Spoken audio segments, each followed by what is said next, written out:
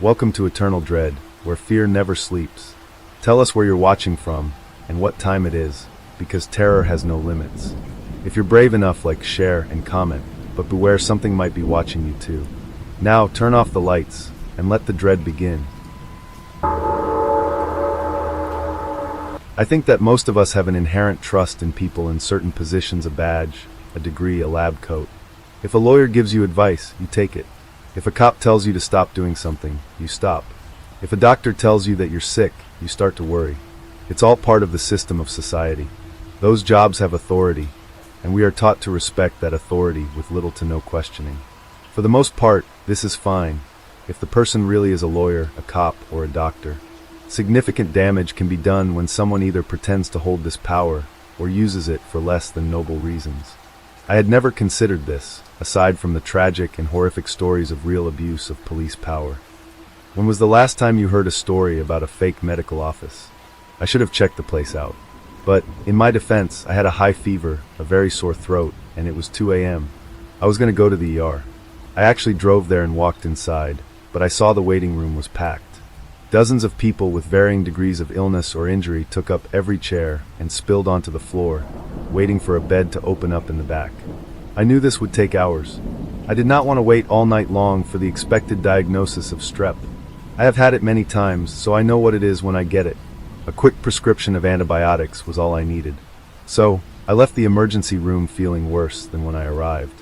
I did a quick map search for 24-hour urgent cares in the area, and found one only a mile and a half down the road. The practice was in a little business park and situated in a small row of connected offices. There were no other cars in the lot, so I parked in the space right in front.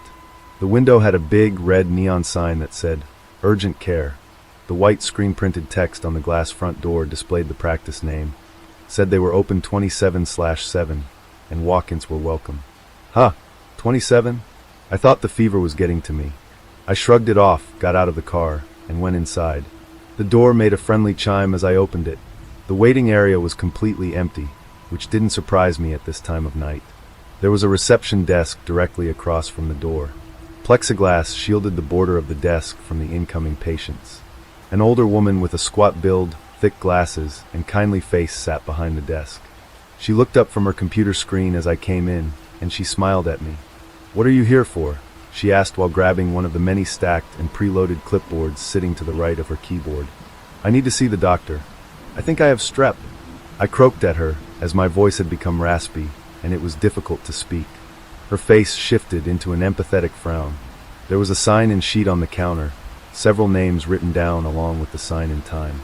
These had all been crossed out, but the one right above the line I used for my name had a sign-in time only 20 minutes before my arrival. She handed me the clipboard through a small window in the plexiglass, pointed to the cup of pens, and then reminded me that if I had a cough or fever to please were one of the masks available in the box beside the pens. I donned my mask, grabbed a pen, and sat down in the cluster of blue, hard plastic chairs in the waiting area. I was grateful for the mask. The whole place reeked of some kind of industrial strength cleaner. It seared the lining of my nostrils and made my already sore throat feel like I had swallowed bleach. I filled out the 10 pages of who the hell cares about all this shit, I just have strep throat, and returned it to the woman behind the glass. She took it, skimmed the pages, and told me to have a seat. I didn't register the red flags because everything from the generic artwork and cheap plastic chairs to the stack of outdated magazines and new drug pamphlets were exactly as expected. It didn't bother me that the forms had strange extra questions like, "Do you live alone?" and "Would you consider yourself close with family/friends?" I didn't care why the clock on the wall wasn't working. The door to the patient rooms opened, and the woman from behind the desk called Lafleur. I looked up, slightly confused that she'd beckoned me back like that since there were no other patients. Maybe it was force of habit?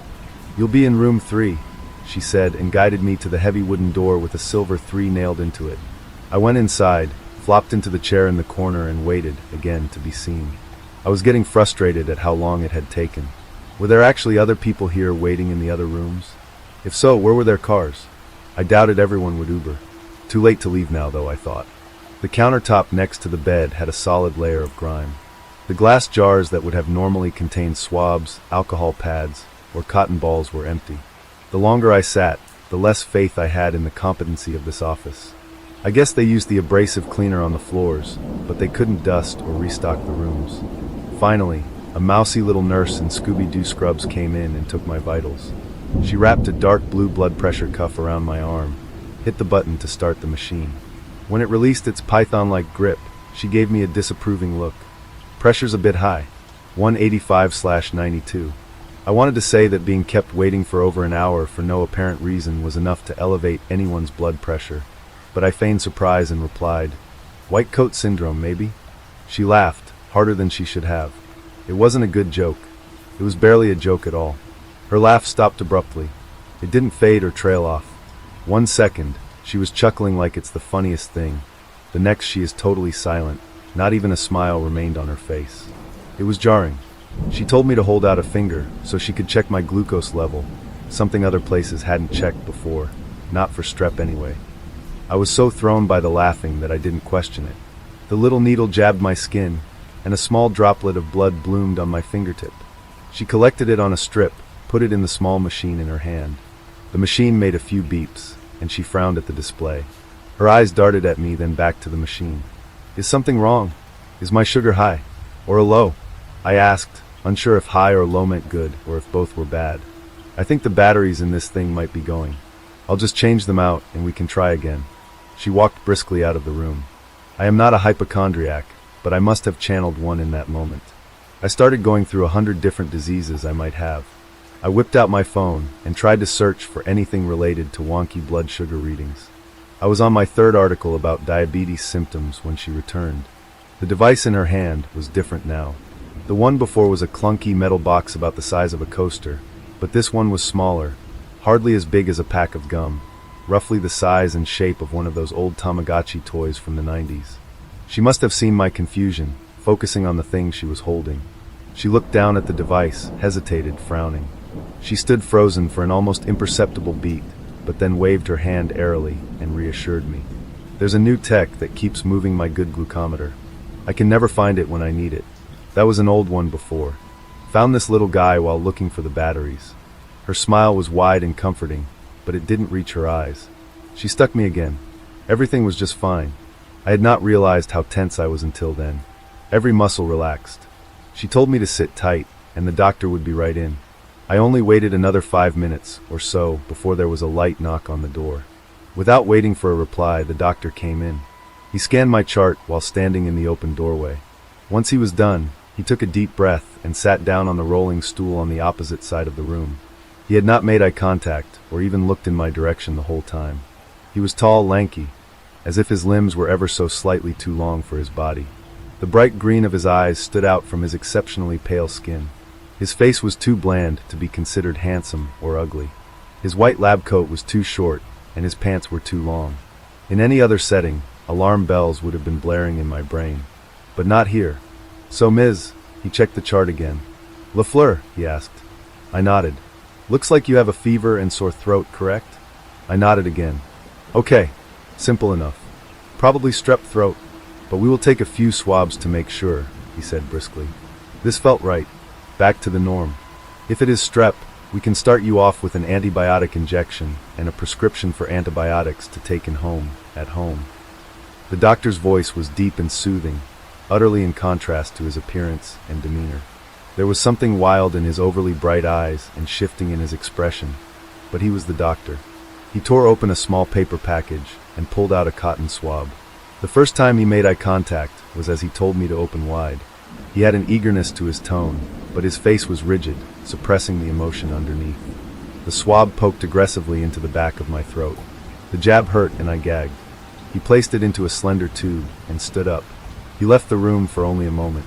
Why did I not realize at the time that it was too quick? The swab should take several minutes, like every other time I had been tested. He returned with a large needle and a vial of the antibiotics. The liquid was clear, but as he drew it into the needle, it was a cloudy, yellowish color. He had the briefest flash of a grin before cleaning the spot on my arm with the alcohol wipe. He took a beat to steady his hands. Was he nervous? Giddy? The shot burned, more than it should have. It hurt so much that I actually screamed in pain. Instead of stopping, he quickly pushed the plunger fully down to drain the rest of the injection into me while gripping my arm like a vice. After that, the details are murky. The next thing I knew, my eyes opened to nothing but white. White walls, white sheets, white floors. I was lying in a hospital bed. My body felt heavy, like the back of me had been filled with sand to weigh me down.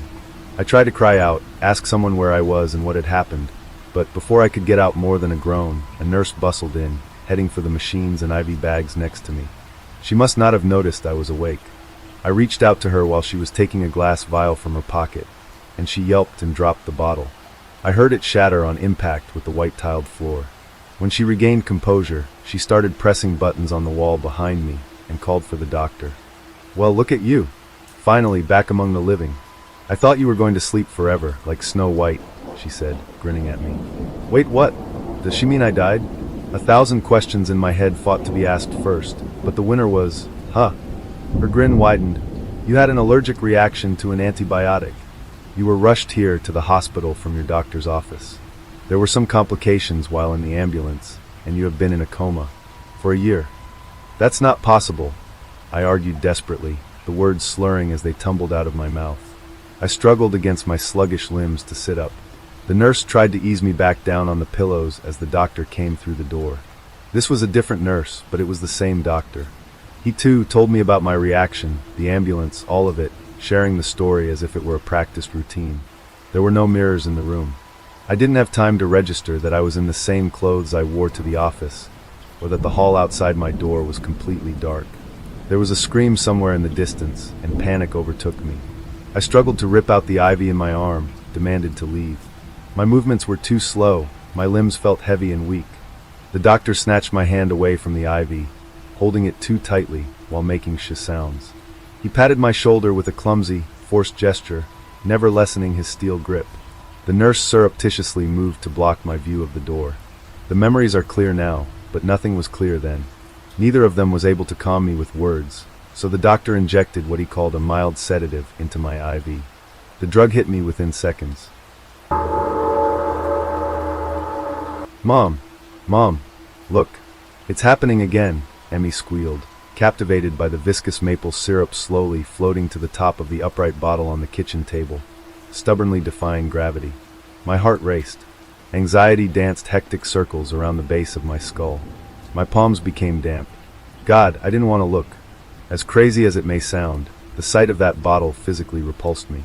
Maybe I correctly sensed something terrible was on the horizon, recognized the phenomena as the harbinger of death that it truly was.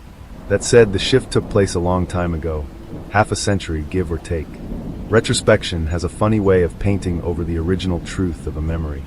In other words, when enough time has passed, you may find yourself recalling events with thoughts and feelings from the present inseparably baked into the memory. Picking that apart is messy business. What's original versus what's been layered on after the fact, if you can even tell the difference anymore. So, trust me when I say that I find it difficult to remember that morning objectively, in isolation, and removed from everything that came after. I mean, it's possible that I didn't feel what was coming beforehand.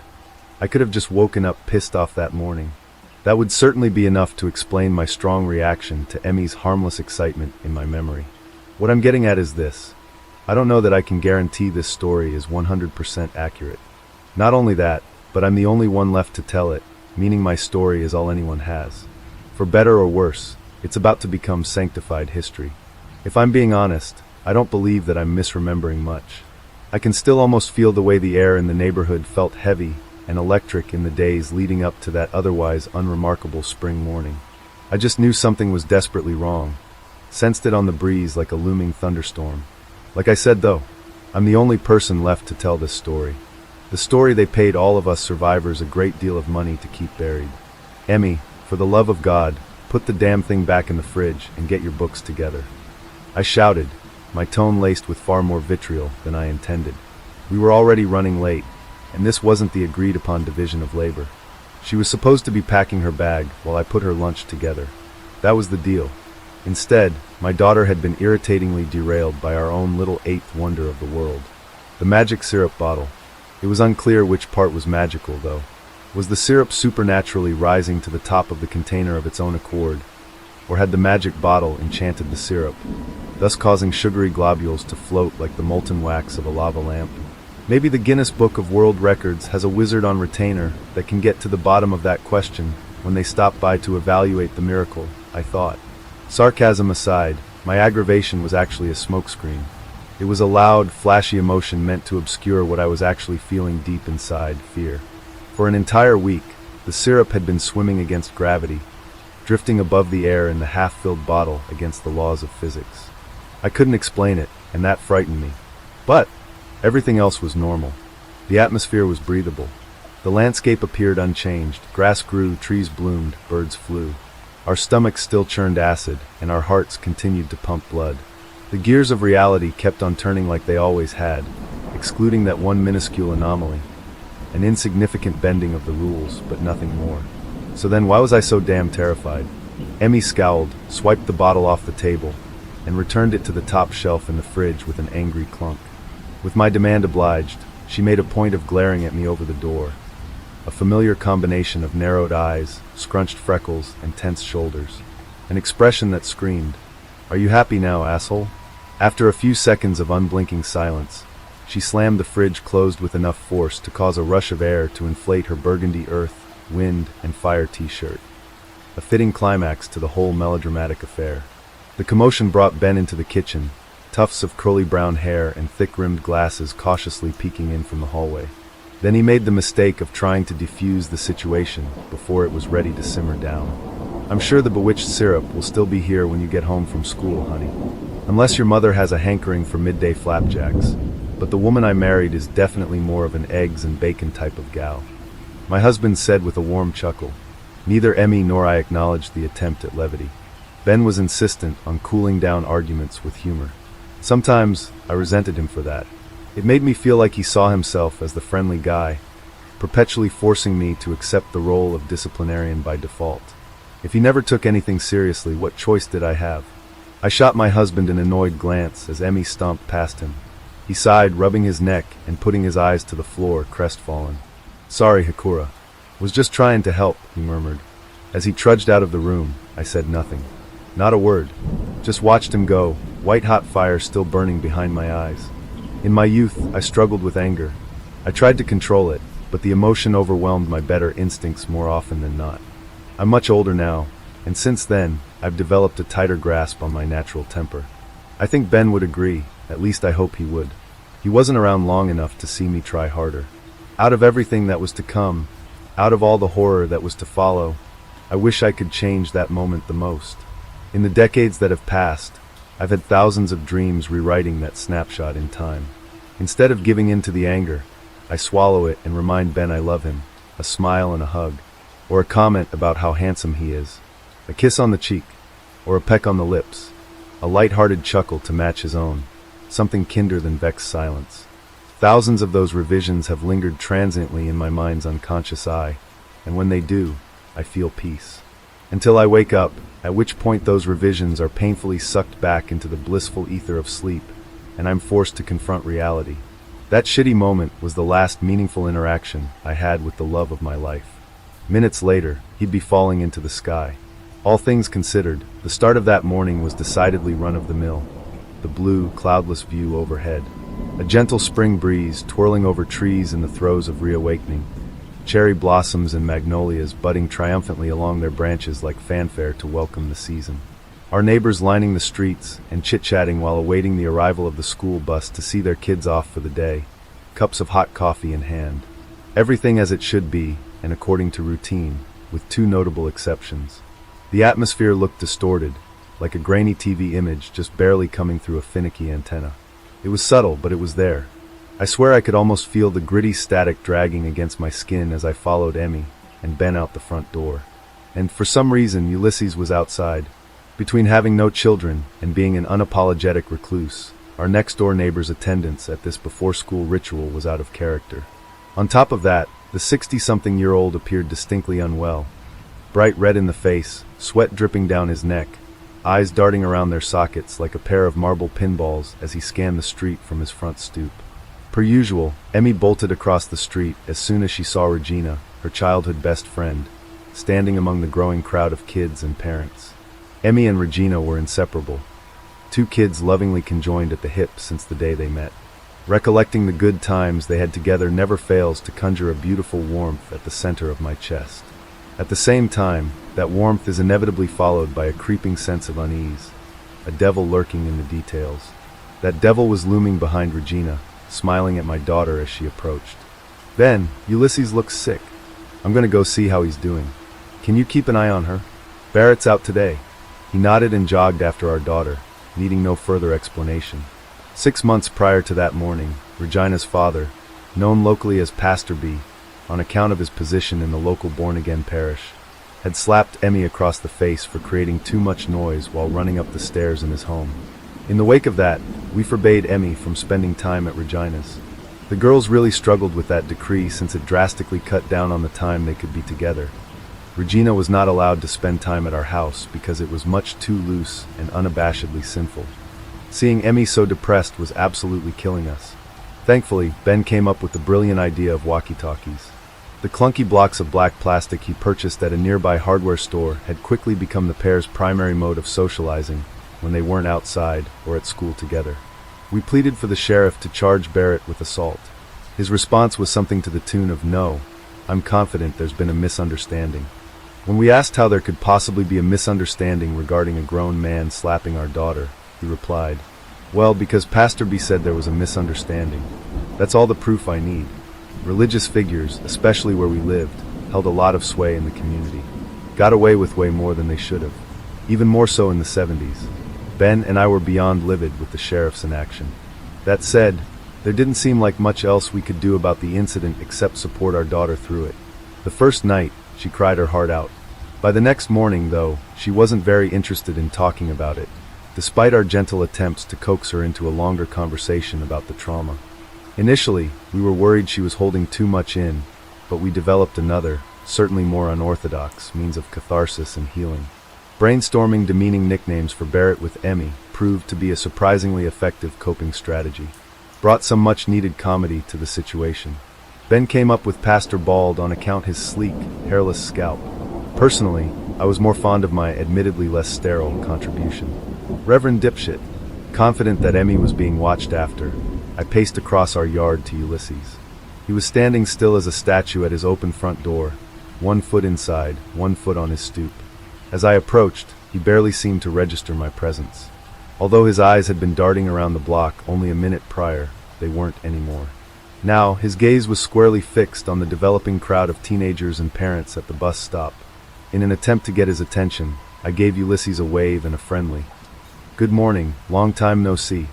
I guess he saw the wave in his peripheral vision, but the man skipped right over pleasantries in response. Instead, he asked me a question that immediately set off a veritable factory full of alarm bells in my head. "I thought the school bus came at 8. "No, I was sure it came at 8. "Why is everyone out now? It just turned 7:25, he said, the words trembling like a small dog neck-deep in snow. Sweat continued to pour down his face, practically drenching the collar of his pure white button-down. "Ah, well, school board changed it to 7:30 a.m. few weeks ago. Ulysses, are you Al Dash?" Before I could finish my sentence, a deep, animalistic scream arising from down the street interrupted me. Reflexively, I swung my body around, trying to identify the source. There was a man on the asphalt, gripping his head while writhing from side to side in a display of unbridled agony.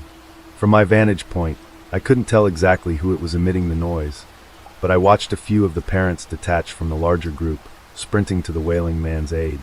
For a moment, I found myself completely immobilized, stunned by the harrowing melody of his pain. Couldn't move an inch. Being subjected to that degree of raw, undiluted torment had seemingly unplugged each and every one of my nerves from their sockets. An unexpected crash from behind me quickly rebooted my nervous system, dumping gallons of adrenaline into veins in the process. I spun back around, nearly tripping over myself on account of the liquid energy coursing through me, which was overstimulating my muscles to the point of incoordination. Ulysses had slammed his door shut. He shouted something to me, but I can't recall what he said. Either I couldn't hear it or I wasn't capable of internalizing it amongst the chaos. It just didn't stick in my memory. Under the guidance of some newly activated primal autopilot, I didn't attempt to clarify the message. Instead, my legs transported me towards the distress. I needed to make sure Emmy was safe. Nothing more, nothing less. God, I wish I remember what he said. 30 seconds later, I placed a hand on Emmy's shoulder, startling her to high heaven and back. She yelped, gripped by a body-wide spasm that started from her head and radiated down. "Hey, just me, kiddo," I said, trying to sound reassuring as opposed to panic-stricken. A silky black ponytail flipped over her shoulder as she turned around. Without hesitation, she sank into arms, hot tears falling down my collarbone as she quietly wept. There's something wrong with Mr. Baker, Mom. I'm a little ashamed to admit it, but I don't remember much about Mr. Baker. All I can recall is that he was a mild-mannered Vietnam veteran that lived a few houses down from us, opposite to Ulysses. I think he suffered from a serious injury abroad, may have retained a fragment of a bullet somewhere in his head, requiring him to use a cane while walking around. I'm not completely sure of any of that, though. Don't remember his first name, don't recall if he had a family or not, but I remember those words that Emmy said to me, clear as day. I imagine the phrase, "there's something wrong with Mr. Baker," Mom, sticks out in my brain as a byproduct of the trauma that immediately followed. There's a terrible piece of wiring in our species that causes traumatic events to be remembered as vividly as humanly possible. Once imprinted, they seem to become a meticulous blow-by-blow recreation of the incident we'd kill to forget, every detail painstakingly etched into our psyche. Some impossibly elaborate mosaic painted on the inside of our skulls, all-encompassing and inescapable, like the creation of Adam, on the ceiling of the Sistine Chapel. Emmy said, "There's something wrong with Mr. Baker, Mom," and I saw Ben a few yards away from us, kneeling over Mr. Baker, altruistic to a fault. Then, the crackling explosion of a gunshot rang through the air. The street erupted into chaos. People fled in all directions. I grabbed Emmy tightly by the wrist. She was paralyzed, had to make her to start moving towards the house. Practically everyone was screaming in horrible solidarity with Mr. Baker. Someone elbowed me hard in the diaphragm, knocking the wind out of my lungs. Eventually, our feet landed on the sidewalk in front of our home. Then a second gunshot. I couldn't tell where it was coming from, nor did I see anyone injured. A few steps away from the door, I noticed something else. The air felt increasingly palpable, thick and granular, like I was wading through an invisible sandstorm. Once Emmy was inside, I immediately turned around to search for Ben. When I spotted him, my heartbeat became erratic. It floundered and thrashed inside my chest like the dying movements of a beached shark.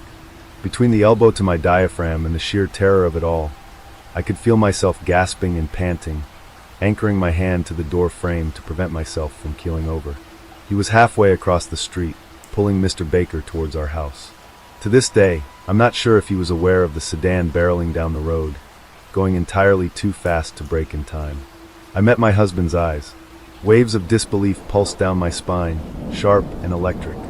I don't recall him looking scared. No, Ben was focused. He got like that when something important was on the line. Before I could even call out, the runaway car was only a few feet from crushing the both of them. Then a tainted miracle. An experience that lies somewhere between divine intervention and a cruel practical joke. The front of the car spontaneously tilted upwards, like it was starting to drive up the big first incline of an unseen wooden roller coaster. Somehow, it barely cleared both Ben and Mr. Baker in the nick of time. It hovered over them, cloaking their bodies in its eerie shadow. Then it just kept going farther and farther into the atmosphere, without any signs that it would eventually return to the earth. Before I was able to feel even an ounce of relief, it all started to happen. The shift. In order to understand, I need you to imagine you're currently living on the inside of a snow globe. Not only that, but you've actually unknowingly lived in a snow globe your entire life. One that's been sitting on the top shelf of some antique shop, completely untouched by human hands for decades. Now, to be clear, I'm not suggesting that I was trapped in a massive snow globe half a century ago. I just cannot come up with a better way to explain this next part. As the car disappeared into the horizon, it's like someone finally reached up to the top shelf and picked up that dusty snow globe, only to promptly flip it over and hold it upside down. Slowly but surely, everything that wasn't directly attached to the ground began to fall into the sky. Other cars, family pets and other animals, cherry blossom petals, people, neighbors, children, adults, Mr. Baker, Ben, almost me too. Luckily, I was far enough in the house where, when I fell, my lower body remained inside. Hit my back pretty hard against the floor. I heard Emmy screaming behind me, along with the crashing of our furniture colliding into the ceiling. Our grand piano was heavy enough to make a hole through the roof, causing the sky below to leak into our home as it fell. Dazed, my vision spinning, I lifted my head just in time to witness the love of my life careen into an ocean of blue, cloudless sky. It was painfully quiet at that point. Those that fell were far enough away that I couldn't hear their pleads for mercy or their death rattles, if they were still alive at all. Ben got smaller and smaller and smaller, a smudge to a dot to nothing at all. Gone in an instant, swallowed by something I couldn't possibly hope to comprehend. At precisely 7:30 a.m. that morning, the world shifted. The snow globe flipped, so to speak. I apologize, but I need to pause for now. Putting these memories into words for the first time has been more emotionally challenging than I anticipated. Once I rest, I'll be back to finish this. I'm posting it incomplete on the off chance I don't make it till the morning. Better to have something out there as opposed to nothing at all. My follow-up should be soon. I imagine after I post this, someone who was involved in the shift will be notified that I'm breaking the terms of our agreement. The silence that they paid very good money for 50 years ago. So, I'll be sure to complete this before they have time to find me. Hakura, not my real name. I have this friend who always jokes about being a fae. This is important for later. I think it makes her feel better. She was abandoned at like 3 or 4 and passed around different foster homes until she turned 18. So for as long as I've known her, she's called herself a changeling.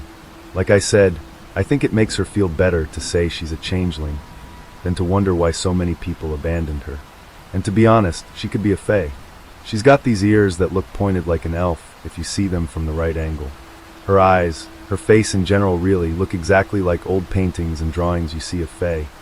Everything is slanted slightly upwards. Eyes that are just a little too big, human-like features where all the proportions are a little off, kind of towing the line between ethereal and creepy. It's hard to describe her in a way that makes sense, but look up old paintings of the fae, add dirty blonde hair, and you've got the image right. She's pretty, in an otherworldly kind of way. She's also really passionate about nature and conservation, and stuff like that. We don't take her into certain stores because she gets truly pissed when she sees fake plants. That's when her ears look the most pointed, her blue eyes melt into these deep pools of silver and green, and she looks just a little bit evil. That's when it's easiest to believe she really might be a fae. Anyway, the reason this is important is because for my birthday last year she gifted me a terrarium. It's gorgeous, a giant glass jar with a massive wooden cork. When I say giant, I really mean giant. It's almost too big for me to wrap my arms around it. The terrarium is a work of art, designed to look exactly like a little valley with trees and a river flowing through it. And there are no fake plants, everything in it is real and growing. The most magical looking part is this purple door, nestled at the bottom of one of the little hills, just over the water. It has a little band of burnished gold that runs around the length of it, and it looks strangely weathered, as if it's been standing there in that terrarium for a long time.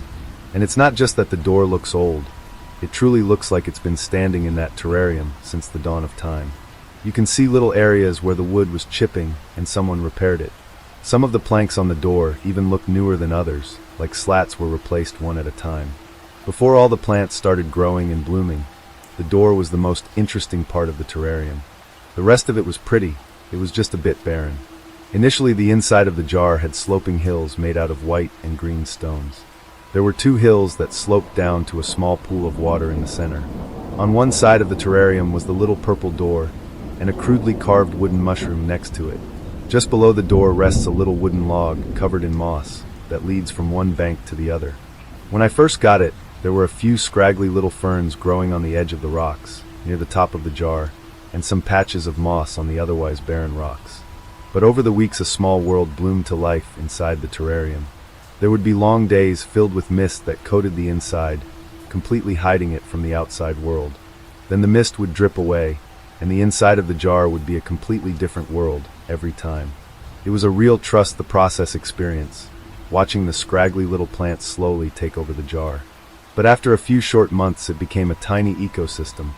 The moss had stretched across the rocks, creating a decadent green slope that ran the length of the jar, dipping up and down, and eventually dropping off into the water. The water turned a rich blue, like the deepest river, and in the center of the pool, where there had originally just been this strange little ball, now a water lily is growing. When she first gave it to me, I thought the door had green ivy painted on it. But as I studied it each day, my face pressed against the glass like a child gazing through the window of a candy store, I realized it had real, tiny ivy growing on it. The ivy still baffles me. I can't tell where it's growing from, it's just there. She gave it to me at my bowling alley birthday party, and I had to run the beautiful terrarium out to my car in the middle of my party, because I was so worried someone would shatter it or steal it. I sweated over it all night. Every time I bowled, I felt the cold hand of dread tightening my muscles as I worried over the special gift. She might have planned all that, just so she could beat me at bowling. When I finally got the gift home, I carried it gently inside, careful to not bump anything out of place, and placed it in my bedroom on the desk that faces my bed. I put a lamp over it, so I would be able to see it better while I worked on my projects, snapped a picture and sent it to her. As I got in bed that night, I was certain I heard the distant sound of laughter, carried on some wind I couldn't feel across a very long distance. But that didn't make any sense, so I ignored it. I fell asleep, and woke up the next morning feeling as if I had barely closed my eyes. I stumbled through the day, thinking only about the beautiful terrarium that I couldn't wait to study further when I got home from work. The day moved slowly. I worried that I would get in trouble for spacing out, but I managed to get home without getting snapped at too many times. I finally stumbled through the door and sat reverently in front of the glass container. That was how most of my days went for the first month or two. Then I guess I got used to having it around, and it stopped consuming my thoughts so much. I would still sit in front of it each night when I got home, and take a look each morning before I left. But as the weeks wore on, the terrarium became slightly less of an obsession and more of a prized pet. I showed it off constantly to anyone who was willing to step foot in my apartment. I regaled them with stories about every little change, from the progression the lily was making to how much the moss on the log had grown since I got it. Over time, and after I had shown the terrarium to everyone who would look at it, I stopped talking about it quite so much, but I continued to study it carefully. One morning, after a strange night of scattered dreams and vague uneasiness, I woke to find that the door had been scraped open very slightly. There was a small scar in the moss that blanketed the floor beneath the door, showing that the door had clearly been creaked open and back shut. I stared in amazement for so long I wound up being late for work, but it was clear that the little door in the hillside had been moved open, as if it rested on hinges, and then back shut. It was all I could think about all day. When I got home later that night, the scar in the moss was gone, but I swear there was a little triangle of moss that was a brighter shade of green, as if it was new. After that, I went back to studying the jar obsessively, every single day. I would sit beside the desk with the lamp on, studying every inch of the jar. It literally consumed my thoughts. It's not just that it was all I thought about, it was the only thing I wanted to think about. When I would see my friends, I always got a little frustrated if they didn't want to talk about the terrarium. It felt like I had this amazing mystery sitting right across from my bed. I couldn't understand how anything could be more interesting to talk about. After another few weeks, I started having these weird dreams, every single night. Every night I was traveling through this forest. Some nights there was firelight in the trees, comforting and beautiful. Laughter would float on the breeze, gentle and uplifting. Other nights, it was dark and a strange presence almost seemed to be hunting me. I couldn't tell much about the place from my dreams, except that the woods were dense and full of plants I didn't quite recognize. On the nights when I dreamed of firelight, I traveled slowly under the vague sensation that I was traveling with a party. It felt safe, nice even, like I was camping with friends. On the other nights, I ran knowing someone or something, or a group of someones and somethings, was hunting me. I would sprint through the dark forest as screeches and laughter followed me, urging me to move even faster to get to safety. I never saw who or what chased me, but I could feel their sharp eyes, and sometimes I thought I saw teeth gleaming at me from the darkness. But every night I traveled. When I woke, I felt tired and lethargic, my muscles sore and stiff, as if I really had been walking all night long. But even so, I looked forward to my dreams. There was something oddly enticing about the forest, the laughter, and as odd as it sounds, even the fear was tantalizing. It was like waking up with this amazing taste in my mouth that slowly faded as the day went on. And to be honest, I really wanted to see what lay at the end of it. I've never had a dream that followed a continuous storyline like that before, and I wanted to know what was going to happen. Then one night the dream changed. I was still moving through the forest, but it wasn't as dense as it had been in previous nights.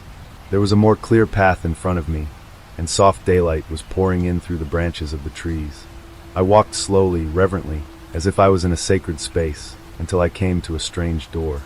It was green and covered in small purple ivy that wove across the door in mesmerizing patterns.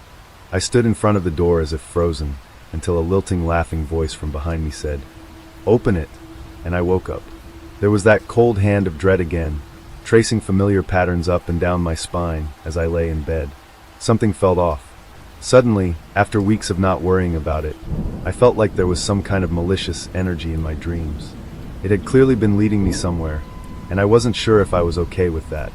I know this is going to sound strange, but I was scared to go to sleep again after that. All day, I felt cold dread gently running up and down my back, reminding me what waited for me after work.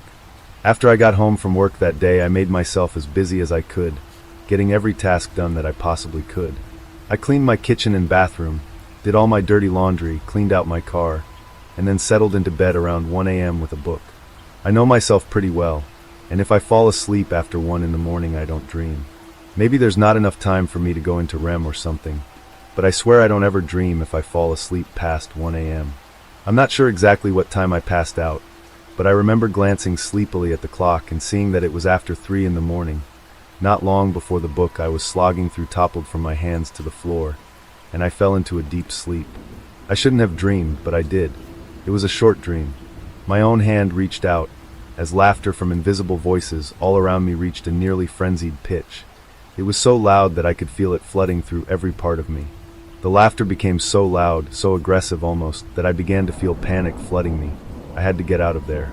I pushed on the door. It resisted at first, but I pushed harder, wanting escape, and it slowly swung open. I was up and out of bed before I was even fully awake, lurching towards the terrarium on my desk with an absolute certainty that the tiny purple door would be pushed open. But it wasn't. The door sat in the same position it was always in, nestled against the mossy little hill. There were no signs of movement. I stood there panting and clutching my chest, and honestly feeling like a real idiot. I was just about ready to leave for work when I realized I had missed something.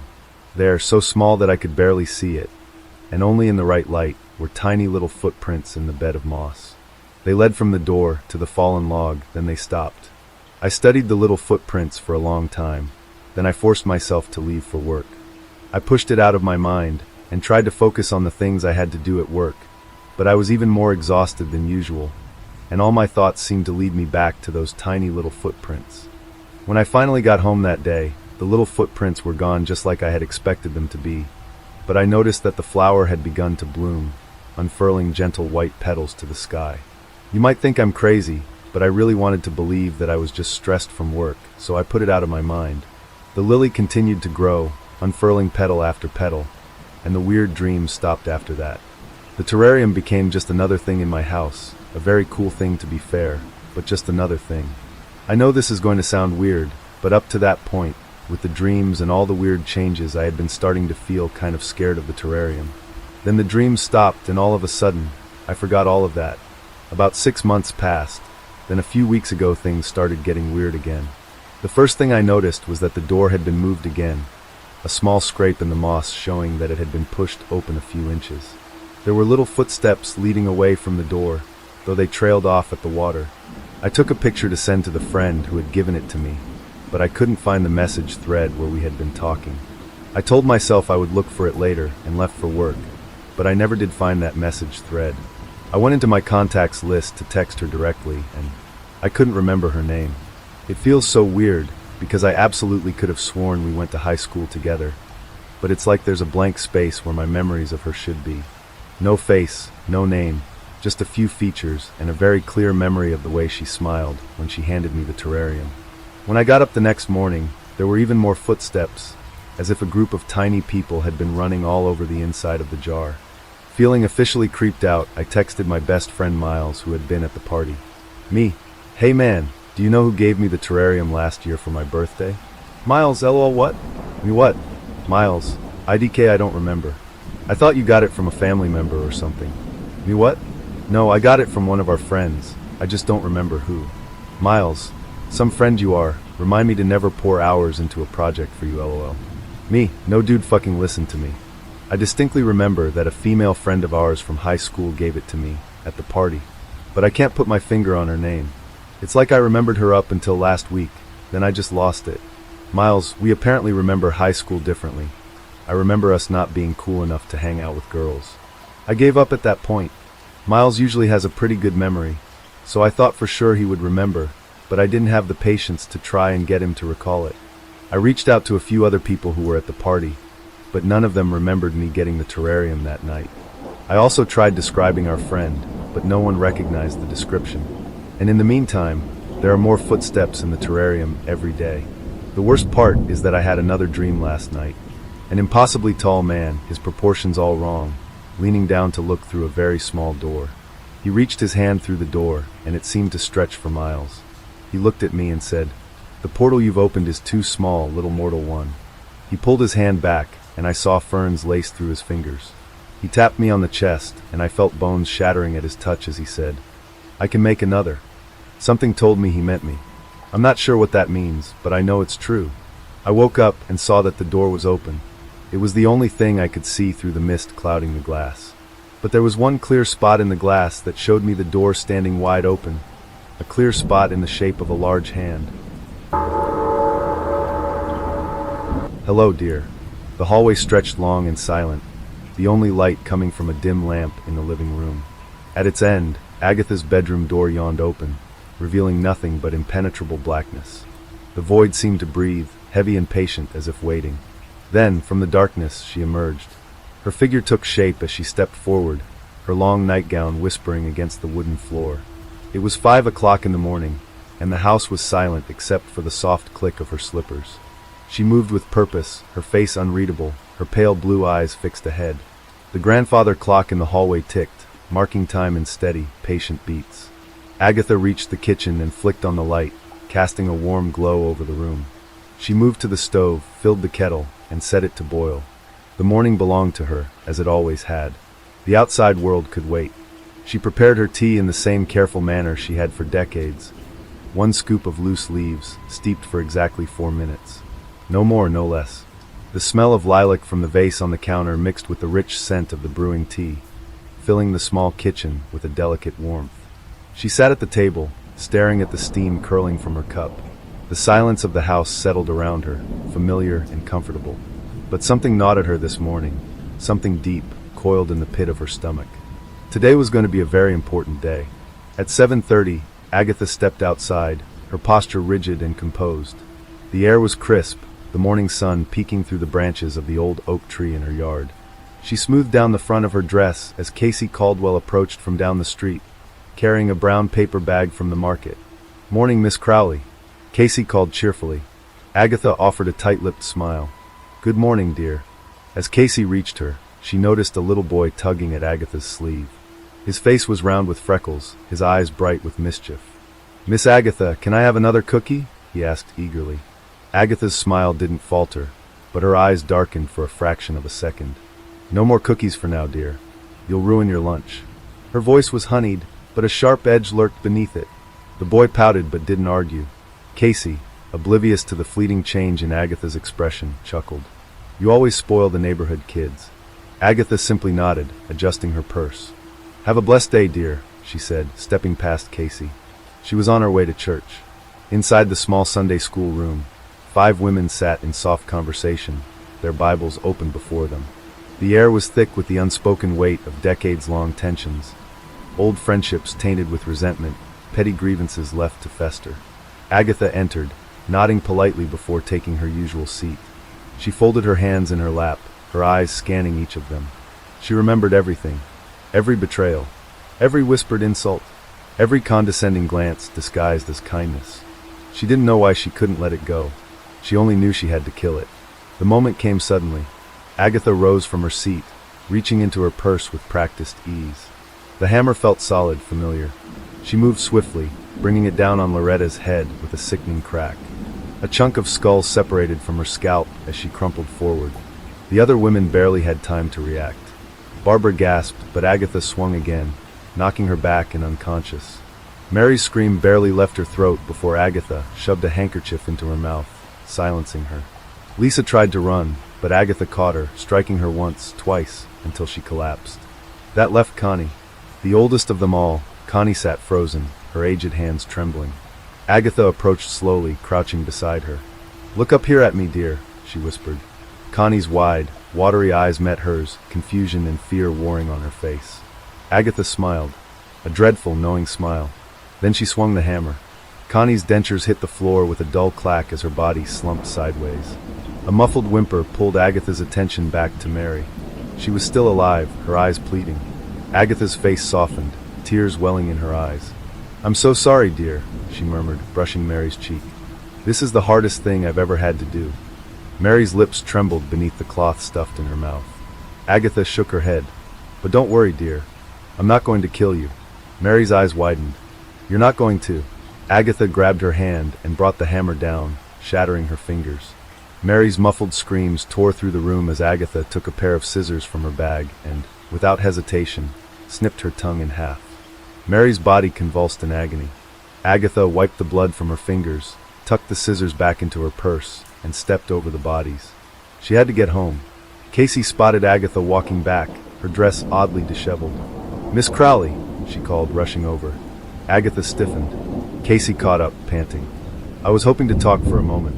Agatha forced a smile. "I'm in a bit of a hurry, dear." Casey frowned. "You have something on your dress. Are you all right?" Agatha sighed. She was so close to home. She reached into her purse, fingers closing around the knife. Before Casey could react, Agatha drove the blade into her temple. Casey's body twitched violently, a sharp spasm running through her limbs before she crumpled behind the vehicle. Agatha tugged the knife free, watching as the last flickers of life drained from Casey's eyes. Then she turned and walked home. The fire crackled, casting flickering shadows across the walls.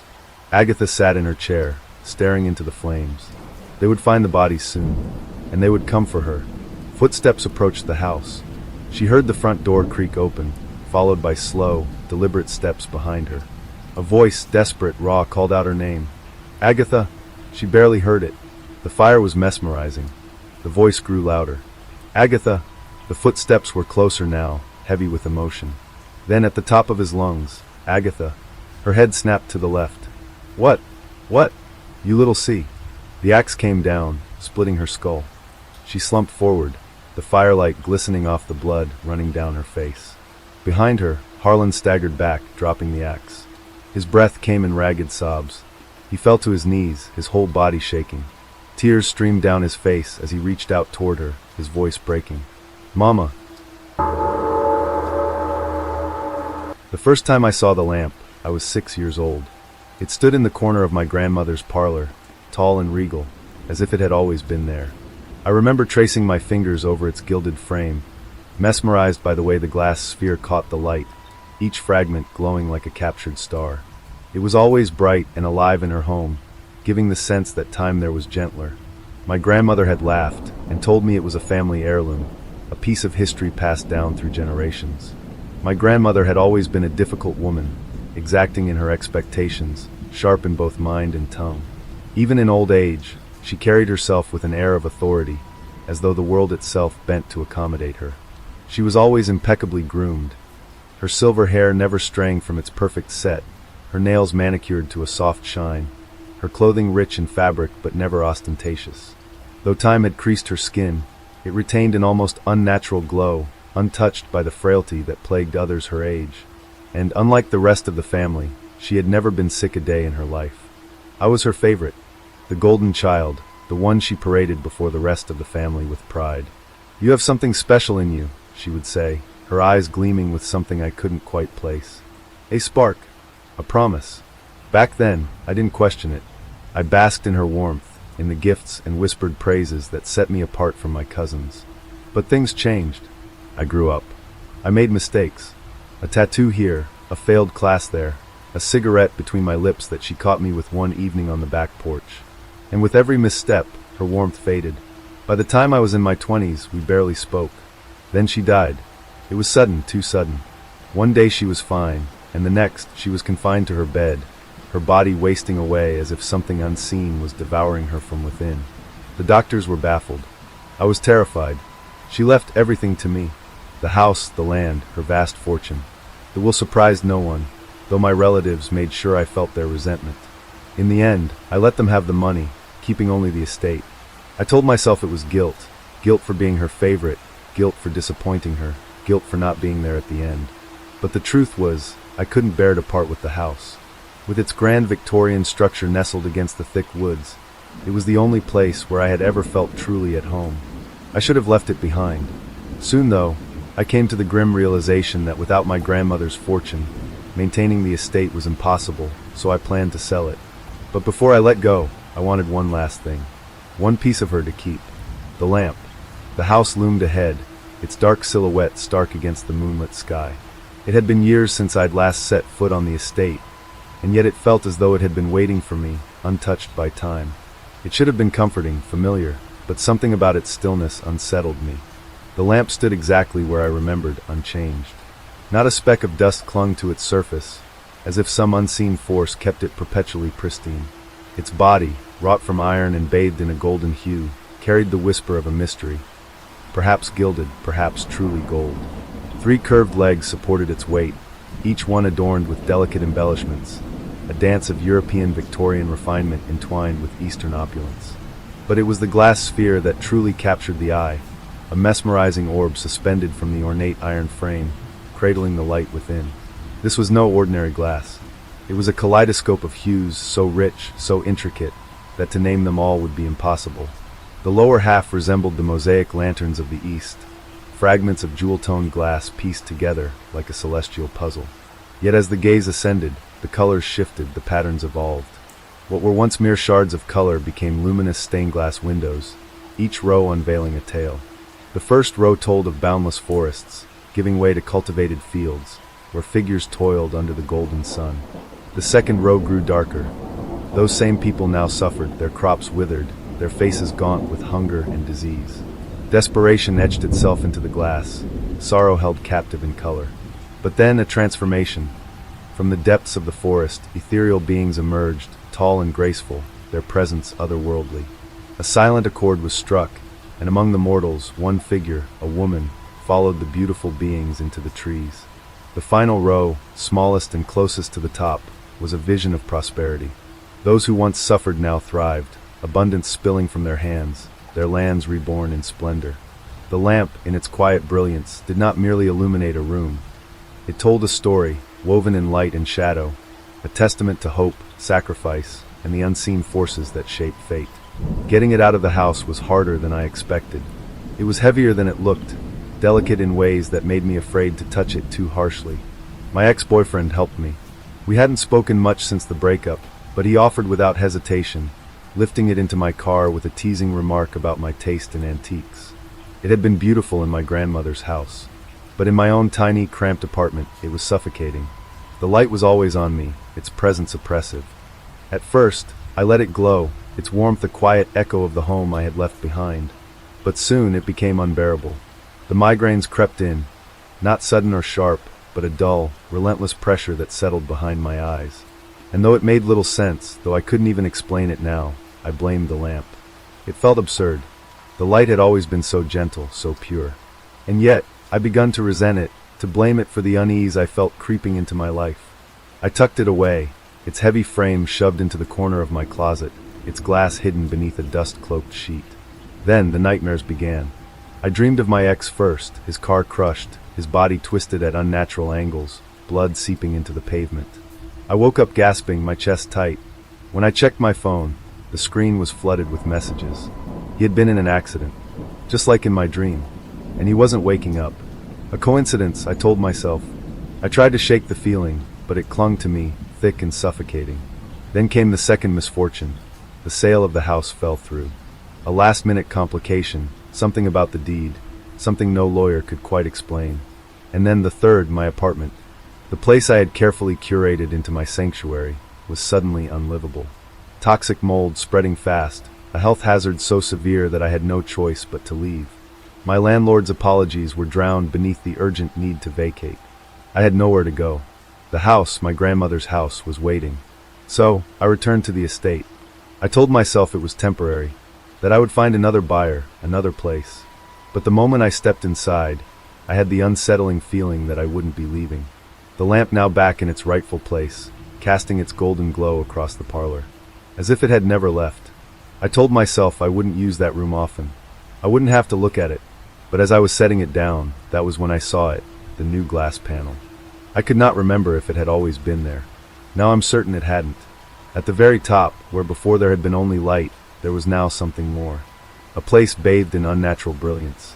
A scene that hadn't been there before. A world filled with golden light and vibrant flowers. Two figures stood at the center, hands clasped, a child between them. Around them, others danced in celebration, their faces eerily familiar. Something deep inside me whispered that I had seen this place before, that I had been there, and I knew with a bone-deep certainty that I would see it again. The nightmares returned, soon after my move. In them I was always walking, bare feet pressing into damp earth, my breath visible in the cold air. The forest stretched endlessly ahead, a living tunnel of whispering leaves. And always, just beyond reach, a figure waited, cloaked in shadow, neither welcoming nor hostile. It was terrifying. It was comforting. It was familiar. Then the sickness came slowly, creeping in the way rot takes hold of wood. Silent at first, unnoticed, until it was too deep to ignore. It started with the migraines, the same relentless, pounding ache that had started in my apartment. But now it was worse. It wasn't just my head. My body ached, my limbs grew heavy, like I was wading through water, my joints stiff, as if I had run miles in my sleep. Some mornings, I woke up drenched in sweat, the sheets tangled around my legs.